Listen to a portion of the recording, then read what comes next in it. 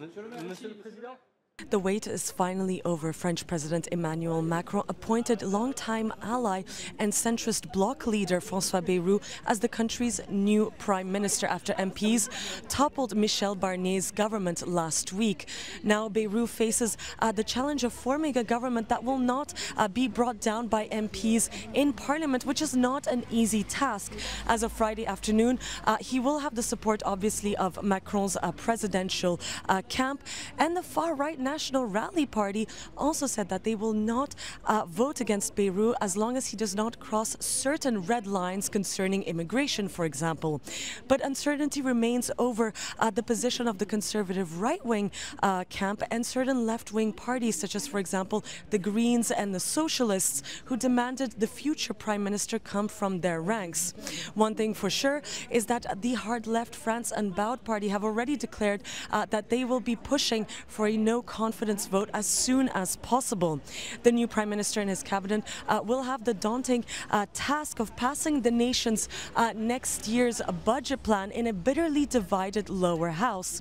Polls indicate, however, that the French public is quite fed up with the current political mess. According to a recent Elab survey, about two-thirds of French people said that they want the MPs to reach some kind of deal instead of once again toppling the prime minister. Monsieur le Président. François Bayrou est-il l'homme providentiel, celui qui sortira la France de l'impasse? C'est le nouveau pari d'Emmanuel Macron. Le choix du chef du MoDem pour occuper le poste délicat de Premier ministre, le troisième en un an, ne doit rien au hasard. 3 fois candidat à une présidentielle, puis fidèle allié du président Macron dès son premier mandat, François Bayrou avait fait une brève apparition au printemps 2017 au sein du gouvernement d'Édouard Philippe. Nommé garde des Sceaux, il avait dû rapidement jeter l'éponge, empêtré dans une affaire de détournement de fonds européens à destination de son propre parti politique. Une affaire dont il a été blanchi en première instance, mais dont il n'est pas encore débarrassé. Sa très longue expérience dans le paysage politique français pourrait faire mouche, notamment du côté du Parti socialiste et des Verts, qui ont déclaré qu'ils ne participeraient pas au prochain gouvernement, mais qu'ils seraient prêts également à ne pas voter de motion de censure contre lui, à la condition qu'il ne passe pas son budget 2025 en force à l'aide d'un 49.3, méthode qui a coûté sa place à son prédécesseur Michel Barnier.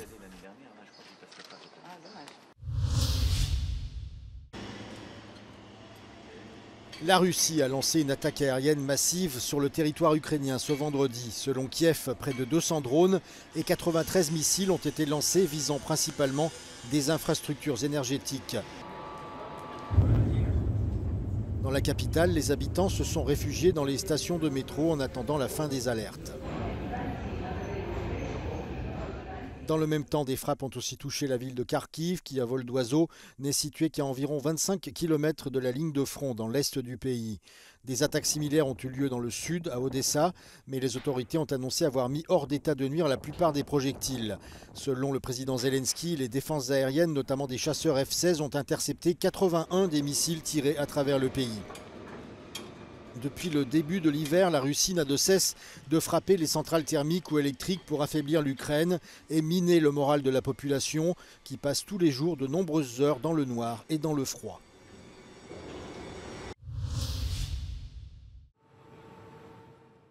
Alors que l'armée russe était intervenue en 2015 pour sauver le pouvoir de Bachar al-Assad, il y a quelques jours, Moscou n'a rien fait pour empêcher la prise de la Syrie par les rebelles islamistes. La Russie était pourtant avec l'Iran le principal allié du président déchu. Selon certains députés européens, Moscou aurait fait le choix de se concentrer sur la guerre en Ukraine plutôt que d'envoyer des soldats en Syrie. The main theater for the Russian war of aggression is, of course, Ukraine, because we all know how things are developing there, and probably there will be some changes with the incoming US administration, and they are concentrating just there. Apparently, the decision was that they have to prioritize the Ukrainian situation and not the Syrian one.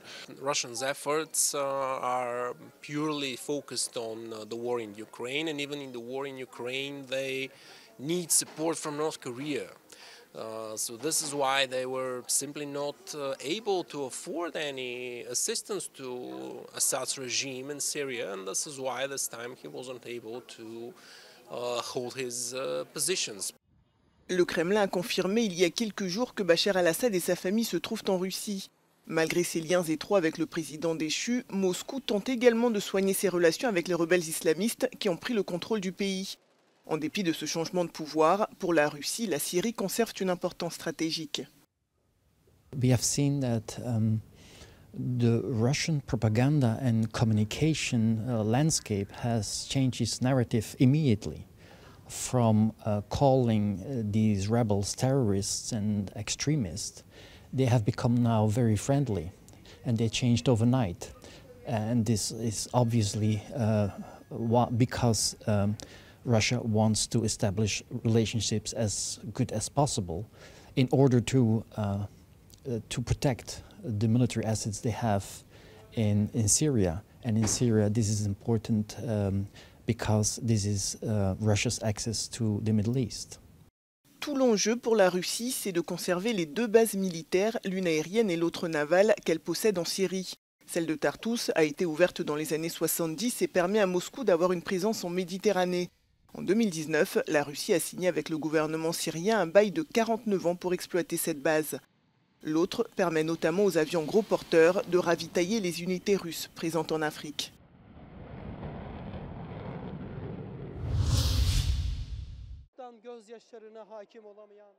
Les Syriens ont assisté à leur première prière du vendredi depuis la chute du régime de Bachar al-Assad, il y a près d'une semaine.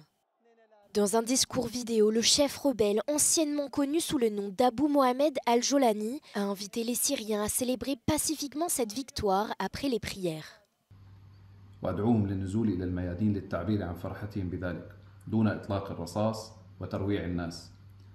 ثم بعد ذلك لنتجه إلى بناء هذا البلد وكما قلناها منذ البداية منصورة بعون الله والسلام عليكم ورحمة الله وبركاته. Les dirigeants des pays du G7 ont déclaré dans un communiqué qu'ils étaient prêts à soutenir un processus de transition politique garantissant la protection des droits de l'homme et des minorités religieuses et ethniques syriennes.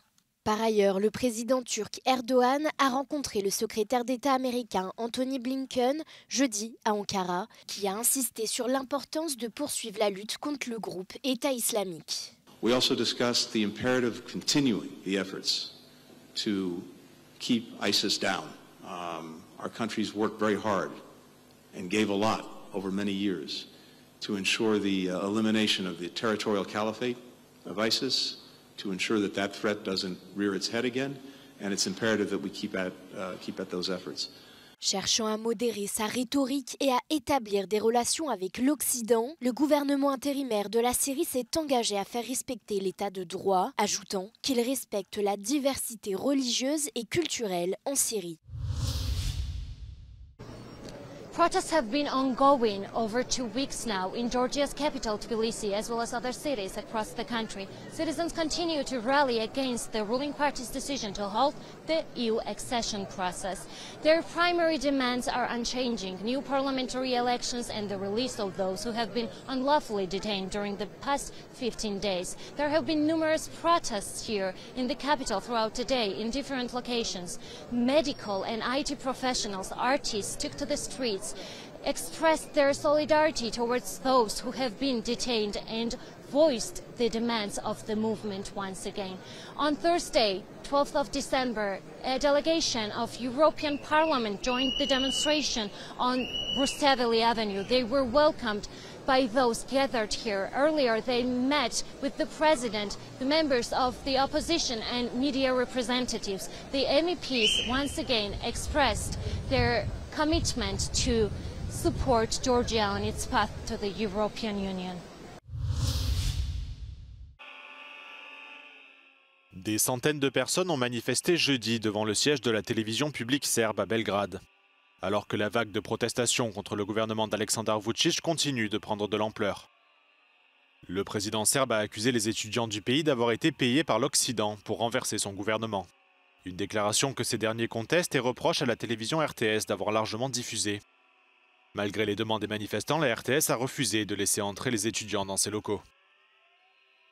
Face à l'ampleur des protestations, les cours ont été suspendus pendant plusieurs jours dans près d'un tiers des universités de Serbie.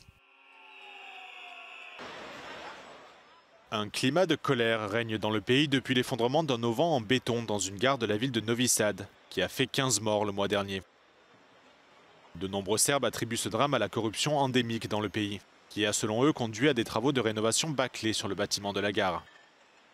Cette catastrophe a cristallisé un mécontentement profond envers le régime de plus en plus autocratique du président Aleksandar Vučić. Depuis le 1er novembre, des manifestations quasi quotidiennes ont lieu à Novi Sad, à Belgrade et dans d'autres villes de Serbie, qui ne montrent aucun signe d'affaiblissement.